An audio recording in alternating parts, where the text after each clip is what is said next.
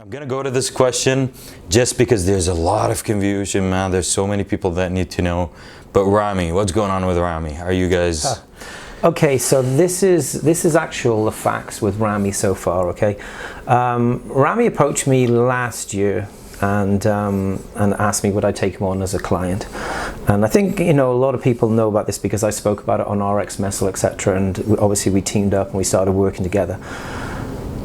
There's a lot of things and a lot of moving parts that unfortunately people are not aware of when it comes to anyone. Yes, so people are very good too quick to jump to conclusions. All right, and listen to gossip which isn't necessarily true, and listen to people which actually have no idea what's taking place. They speculate, etc. So when I started working with Ramy, everything to me was about being a work in progress, because last year Ramy obviously didn't have such a great year as far as a competitive athlete on stage. He chose one show to compete in, the 2018 Mr. Olympia, and he didn't place where he was hoping. He was definitely one of the #1 contenders going into that show. The year before, in 2017, he obviously took second place against Phil Heath, and a lot of people felt that he was going to be the real person to challenge Phil. I never thought that Ramy was going to be the person to challenge Phil if he was going to bring something very similar to what he has done to the stage for the last 2 or 3 years in the Olympia. And the reason why I say that, he's got all the muscle and the shape to be a major threat to that show. Absolutely. I mean, like a major threat. Insane. But Absolutely. You need to bring a level of conditioning which is on par, or certainly enough condition which is going to cancel out the champion. Yeah. So it's not about the fact that he's got to bring the same condition as Phil Heath, or the same condition as William Bonac, or the same condition of Dexter Jackson or Sean Roden. He has to bring a blend of everything. Which is enough to cancel out what they bring to the stage. Absolutely. And I just haven't seen that, in Ramy's physique. And I don't know, obviously, what his protocols were. I don't know what he was doing with his Olympia prep in 2018, but unfortunately, it didn't go in the direction that obviously he hoped. And I actually was very sad for him, because I know the demands and I know the responsibilities and I know the pressures my own athletes put on themselves. Yeah. So of course I felt for the gentleman. I didn't have a personal relationship before that. We knew each other, we would say hello, we'd be polite to each other, because there was generally a good amount of respect for one another. So I was really sad for him, Anyway, he contacted me and we spoke and we started working together. It didn't take long for me to realize, especially when I went out to Dubai and I spent some personal time with him, I got to know a different side of Ramy, which I really liked. Okay, I liked the fact that he was family orientated. I could tell that he family values were very important to him. Absolutely. And bodybuilding was secondary when it came to family, and that's the way it should be. Too many people prioritize and think their lives should revolve around bodybuilding when their lives actually should revolve around being happy.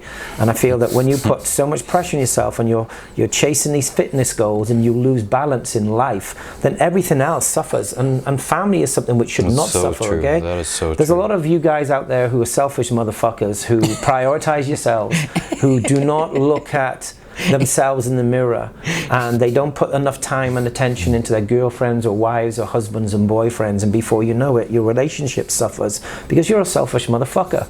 And you have to understand that you don't have to be selfish to be successful. You have to find that balance. Balance is extremely important in our industry. There's a lot of fake shit on social media. A lot of people will portray themselves as to be this certain role model or person on socials to gain attention. Well, actually, the only attention they really need actually from the people actually around them. If you're not giving that positive energy and attention and love and support to your loved ones, then you don't deserve any attention from them. Do you understand? This is so good. I like Ramy. I liked his energy. But I also felt that he still had not emotionally got over the hardship and the setback in 2018, and that would have been on many levels. Obviously, he stepped away from from Oxygen, which had obviously supported him for a long length, many years, and obviously there are a lot of key individual people within that team which were a part of his success, okay, and supported him. So really he obviously stepped away from, you know, that environment. He stepped away from his home that he knew for the last, I don't know, 6, 7, 8, 10 years that he'd been living, okay? His children were still in school there. So many changes. There were so many changes. Living in Tree, which he was familiar with and not familiar. His family were not there all the time. And knowing that he's a family person, that's hard, okay? I spent 2 years in India working, guys, so I know what it's like to be away from loved ones and family. Believe you me, it's not easy. And sometimes you need that support. And a time where maybe he needed that support and that love more than any time, unfortunately, you know, his family wasn't there because of the reasons that we just spoke about. Also, he was nursing an injury to his shoulder, or has been nursing an injury to his shoulder that he picked up, I think, like 16, 18 months ago, maybe. And that needed to be addressed.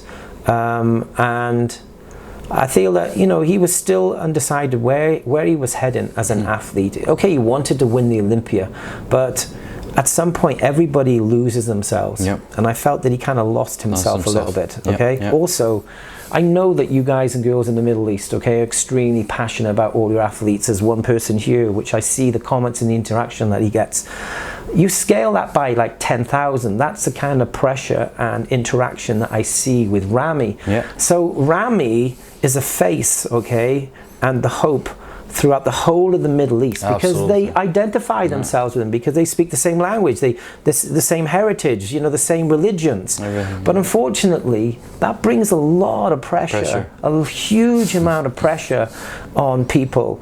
And I feel that, you know, instead of him living for himself and doing what he really wanted to do, I feel that he felt the pressure that he had to live up to everybody else's expectations. Now, he never told me this. So Ramy could be sitting here next to me and saying something can be completely different. I'm just saying a viewpoint for myself. So I feel that he kind of lost himself a little bit and needed direction. And unfortunately, for me, 2019 was not an option to prep when he needed to find out where he really was heading. And I can remember myself and him sat down in Egypt, just the two of us, and we spoke. And I said, listen, I don't feel you should be competing in 2019. I don't feel you're going to be ready. I feel that there are a number of things which need to be put in place, and you need to find yourself again. You've got to get that passion back. You need direction. I can't prep you in 2019 with all of these things which are taking place or need to be prioritized in order for us to be competitive. It's not because I don't love you, it's not because I don't care for you, it's not because I don't want to help you, it's not because I don't believe that you can win the Olympia title.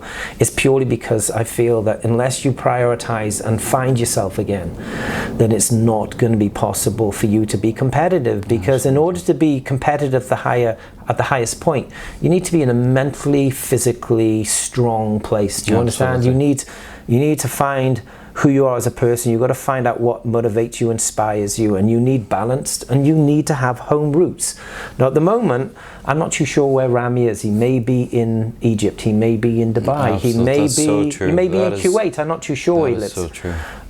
So I gave him the reasons why I felt that he shouldn't compete. And then what happened, he was a little upset, he was a little bit tearful, but it was a positive conversation. And then probably about half an hour later, one of his really good friends who took us out to Egypt together sat down and said, hey, Ramy said that you told him that he shouldn't be competing this year. I said, well, I've explained the reasons why. He said, well, he's got to compete, he needs to be back on stage. And I said, Ramy, I said, listen to me. This is, I can remember. I said, I said, fuck everybody else. Everybody's been telling you what you should do for the last 3, 4, 5 years. I said, so fuck everyone. What do you want? What is it that you want as a person? What do you want to do? Because everybody else is irrelevant. You need to do what makes you happy. And he did say to me, I want to compete. And I said, I respect that, but I don't feel that you're ready to compete this year. Because as I said, I've explained, the reasons why. Some people will say with Ramy not competing in 2019, he goes backwards. No, he doesn't go backwards. He goes backwards if he doesn't bring a physique which is worthy of being right up there, competing against the best in the world. Absolutely. And that success or that competitive mindset or that ability to be in that environment and be in a strong position to know what you're batting up against, you have to have everything aligned. And I just felt that alignment was not there. Not because he didn't want it, not because he was lazy, not because he didn't want it, because sometimes, you know, everybody needs that break. Everybody needs to prioritize and decide themselves what is most important. So I said to him, listen, I'm going to give you your space. I'm going to let you contact me if you want us to move forward at some point, you know, on an off-season and a pre-contest. And that's pretty much it. Then, out of the blue, there was speculation, there was conversation going around that apparently Ramy was not working with me, he left working with me, and he was doing this, he was doing that. And, you know, was I frustrated when I saw these comments or these posts online? I wouldn't say that I was frustrated. I just felt like if Ramy wasn't going to work with me, it's cool, it's generally okay, but at least have the decency and the morals to actually speak to me first before you put it out there and post social media. Anyway, you know, he spoke to me, he said, no, it's not the case. He said, unfortunately, people talk without knowing, etc. Neil, if I was not going to work with you, I would tell you. And that's pretty much it. Now, let me just say the last thing on Big Ramy. Quite a few people have said to me recently, why have you taken Big Ramy's name off on your Instagram profile? So I'll explain why. It's 2019, guys. I have a team of athletes all around the world. I cannot fit all of my athletes' names from a professional level to an amateur level to a celebrity level, or everyday people who are just trying to follow their lifestyle goals on my social media profile. It's impossible. So I decided to put my athletes, which are currently active and following their fitness goals in 2019. Flex Lewis is not competing this year, but we have put a strong plan together to make improvements in 2019 for his debut in 2020 as an open class athlete. So he's presently active.